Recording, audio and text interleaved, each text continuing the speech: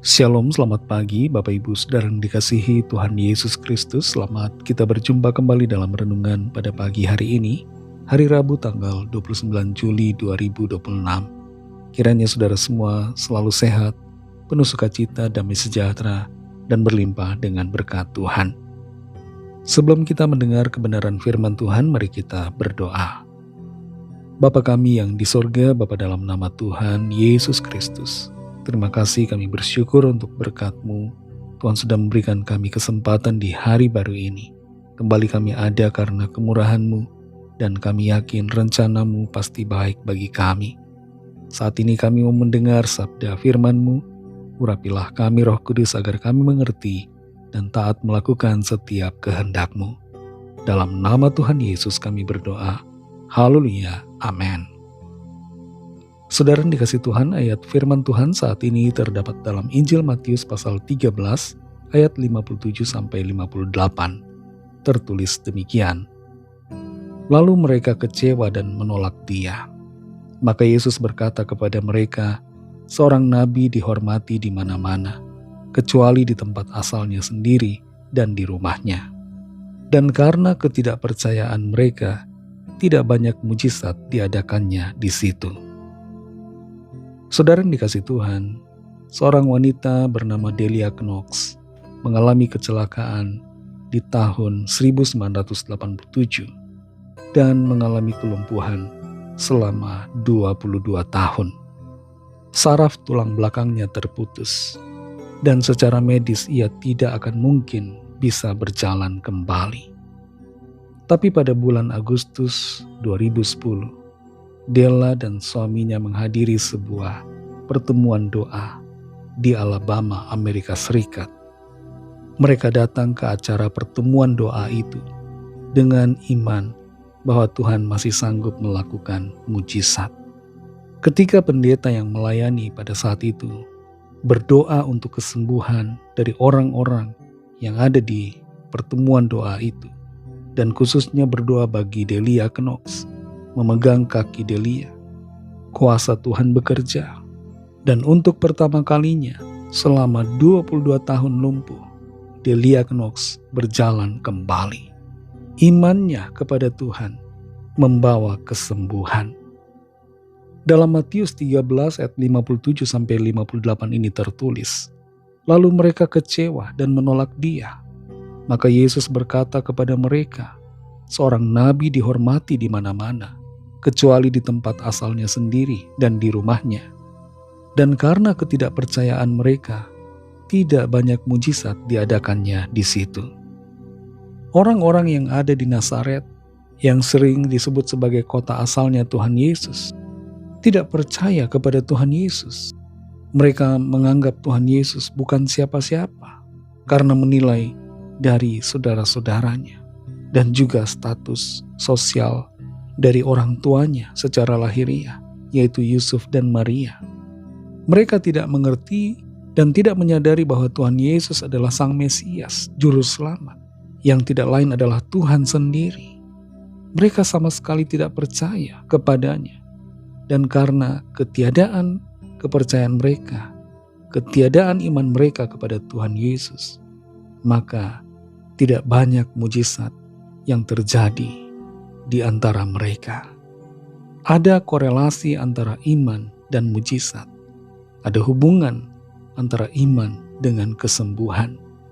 Tanpa iman tidak akan ada mujizat. Tanpa iman tidak akan ada kesembuhan. Kalau kita merindukan untuk mengalami kesembuhan, merindukan ada pemulihan, merindukan ada terobosan dalam kehidupan kita, merindukan ada jalan keluar, ada mujizat, maka kita perlu memiliki iman yang sungguh kepada Tuhan. Memang betul bahwa kita sebagai orang percaya harus hidup dalam penyerahan, harus menerima segala sesuatu yang terjadi yang Tuhan kehendaki untuk kita alami. Tapi jangan kita lupakan bahwa sebagai orang-orang percaya, Tuhan menghendaki juga agar kita memelihara iman dalam penderitaan, dalam kesukaran, dalam kesakitan, dalam segala pergumulan yang kita alami. Jangan biarkan diri kita kehilangan iman. Tuhan berkuasa. Tuhan masih sanggup melakukan mujizat pada hari ini. Dan karena itu, peliharalah iman kita. Dan teruslah percaya kepada Tuhan yang sanggup melakukan segala sesuatu, termasuk hal-hal yang mustahil bagi diri kita. Percayalah kepada Tuhan dan miliki iman yang tertuju kepada Tuhan Yesus, Sang Juru Selamat dan Penyembuh, serta penolong hidup kita. Kalau ada di antara kita, di antara saudara yang saat ini sedang mengalami sakit penyakit, sedang mengalami pergumulan dan masalah dalam kesehatan, dan masalah apapun juga, mari miliki iman kepada Tuhan. Iman kita akan menyembuhkan, iman kita akan membawa pemulihan, iman kita akan mengundang mujizat Tuhan di dalam kehidupan kita.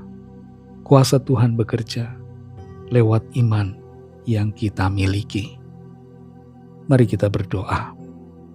Terima kasih Tuhan Yesus untuk firman-Mu ya Bapa, yang kembali mengingatkan kami untuk tetap memelihara iman, percaya kepadamu, bahwa Engkau Tuhan yang sanggup melakukan segala perkara. Engkau Tuhan yang masih sanggup mengadakan kesembuhan pada hari ini. Engkau Tuhan yang tidak pernah berubah. Kuasa-Mu tetap sama, dulu, sekarang, dan selamanya. Dan karena itu kami masih dapat melihat dan mengalami mujizat-Mu pada saat ini. Lawatlah setiap kami Tuhan. Biarlah kuasa-Mu bekerja di dalam kami, memulihkan dan menyembuhkan kami. Mujizat-Mu nyata di tengah-tengah kami, di dalam kehidupan kami pribadi. Terima kasih Tuhan. Tumbuhkan terus iman kami. Kuatkan iman kami yang lemah, agar kami memiliki iman yang sungguh di dalam Engkau. Berkati kami ya Bapa di sepanjang hari ini dalam segala tugas aktivitas kami. Pimpin dan sertai kami, supaya kami berhasil dan berkemenangan oleh kuasa anugerah-Mu Tuhan. Berkatilah bangsa kami Indonesia, lawatlah setiap orang di bangsa kami dan juga semua bangsa, agar percaya kepadamu dan menerima anugerah keselamatan. Kami serahkan semua ke dalam tangan kasih-Mu. Dalam nama-Mu yang kudus, nama Tuhan Yesus Kristus, kami sudah berdoa dan mengucap syukur. Haleluya. Mari sama-sama kita berdoa, doa Bapa kami. Bapa kami yang di sorga, dikuduskanlah nama-Mu, datanglah kerajaan-Mu, jadilah kehendak-Mu di bumi seperti di sorga. Berikanlah kami pada hari ini makanan kami yang secukupnya, dan ampunilah kami akan kesalahan kami, seperti kami juga mengampuni orang yang bersalah kepada kami. Dan janganlah membawa kami ke dalam pencobaan, tetapi lepaskanlah kami daripada yang jahat, karena Engkaulah yang punya kerajaan, dan kuasa dan kemuliaan, sampai selama-lamanya. Amin. Terimalah berkat Tuhan. Tuhan memberkati engkau dan melindungi engkau. Tuhan menyinari engkau dengan wajah-Nya dan memberikan kasih karunia. Tuhan menghadapkan wajah-Nya kepadamu dan memberikan damai sejahtera. Berkat dan anugerah Allah Bapa, kasih karunia dari Tuhan Yesus Kristus, dalam persekutuan dengan Roh Kudus, menyertai saudara semua, sekarang ini dan sampai Maranatha Tuhan Yesus datang kembali, dan bahkan sampai selama-lamanya. Dalam berkat nama Tuhan Yesus Kristus, haleluya, amin.